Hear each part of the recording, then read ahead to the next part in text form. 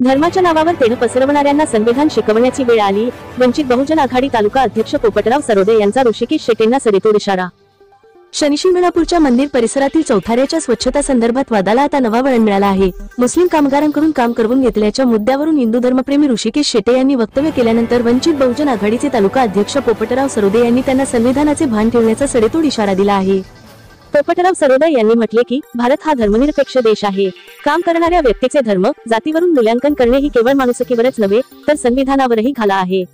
प्रत्येकाला काम करण्याचा हक्क आहे आणि तो कुठल्याही धर्माच्या नावावर हिरावून घेणे म्हणजे सामाजिक सलोख्याला सुरून लावणे होईल. सरोदे यांनी ऋषिकेश शेटेंवर थेट आरोप केला की ते हिंदू मुस्लिम समाजामध्ये तेढ पसरवण्याचे काम करीत आहेत. शनी मंदिर हे संपूर्ण भारतासाठी श्रद्धास्थान आहे. तिथे काम करणाऱ्या कामगारांचा धर्म नव्हे तर त्यांची मेहनत आणि प्रामाणिकपणा महत्त्वाचा असतो.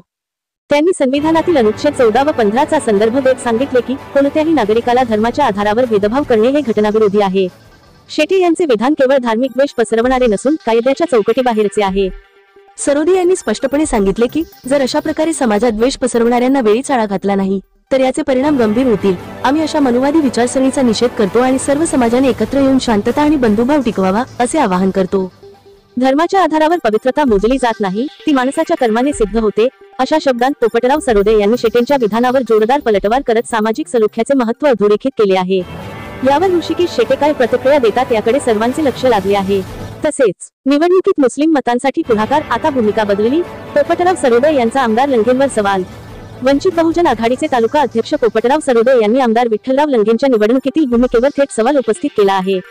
सरोदे म्हणाले, निवडणुकीच्या वेळेस मुस्लिम समाज मोठ्या प्रमाणात लंगेंच्या पाठीशी होता. त्यांना घेऊन ते सतत पुढे त्यांना करायचे मत मागताना पुढाकार घेतला, परंतु आता त्याच समाजाविषयी त्यांची व त्यांच्या पक्षाची भूमिका बदलल्याचं दिसतंय. सरोदेच्या या वक्तव्यामुळे राजकीय वर्तुळात चर्चेला उधाण आलं असून मुस्लिम समाजाची पाठराखण निवडणुकीपुरतीच होती का असा प्रश्न आता उपस्थित होत आहे. शिंगणापूर देवस्थान येथे काल हिंदुत्ववादी संघटनेच्या वतीने दुग्धाभिषेक करून शनिदेवाचा चौथारा स्वच्छ करण्यात आला. या बाबतीत आपलं काय मत आहे? मी वंचित बहुजन आघाडीच्या वतीने नेवास तालुक्याच्या वतीने मी त्या गोष्टीचा तीव्र निषेध करतो. या संदर्भामध्ये या तालुक्यात जे काम करतायत मनुवादी विचारधारा, या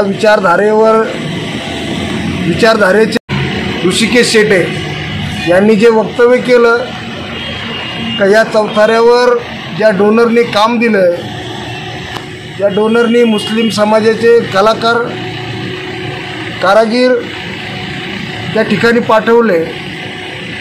मी सांगतो की या देशामध्ये कलाकार, या कुठलाही कारागीर असला तर त्या कलाकाराला कुठली जात नाही आणि जात नसल्यामुळं तो कुठल्या जाती धर्मातला असू शकतो.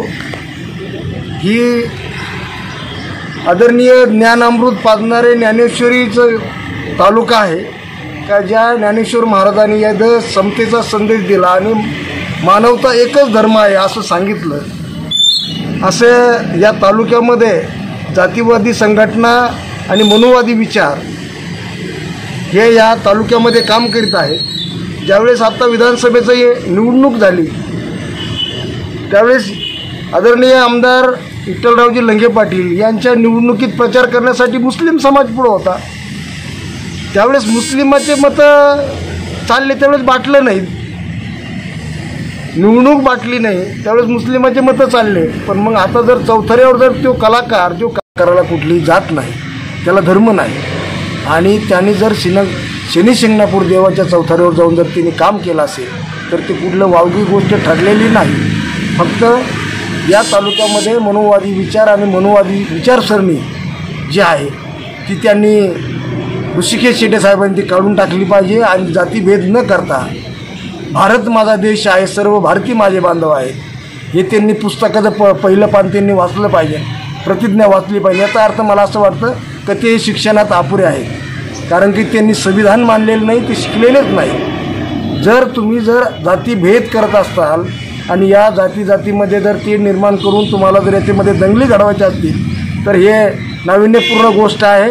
हे आपण इथून पुढच्या काळामध्ये करू नये आणि जर आपण केलं तर वंचित बहुजन आघाडी आता तीव्र निषेध केल्याशिवाय राहणार नाही आणि इथून पुढच्या काळामध्ये वंचित बहुजन आघाडी याचा तीव्र निषेध करणार आहे.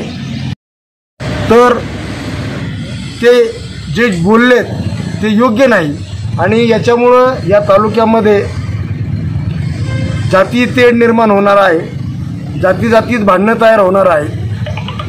आपण या महाराष्ट्रामध्ये देशामध्ये संविधान चालतंय, संविधानाला मानणारे लोक आहेत. त्याच्यामुळं ऋषिकेश शेट्टे साहेबांनी इथून पुढच्या काळामध्ये जातीय तेढ निर्माण होणं असं वक्तव्य करू नये अशी मी त्यांना वंचित बहुजन आघाडीच्या वतीने विनंती करतो. नाही तर इथून पुढच्या काळामध्ये आम्हाला त्यांच्या विरोधामध्ये काही आंदोलन करावं लागेल. आणि या तालुक्यामध्ये जे वाईट विचारसरणी आणि मनुवादी विचारसरणी त्यांनी तालुक्यामध्ये आणण्याचा प्रयत्न चालू आहे ते त्यांनी करू नये अशी मी त्यांना विनंती करतो. राज्यातील आणि देशातील बातम्या पाहण्यासाठी आजच आमच्या महाराष्ट्र न्यूज प्रिन्स या यूट्यूब चॅनलला सबस्क्राईब करा आणि मिळवा नवनवीन अपडेट.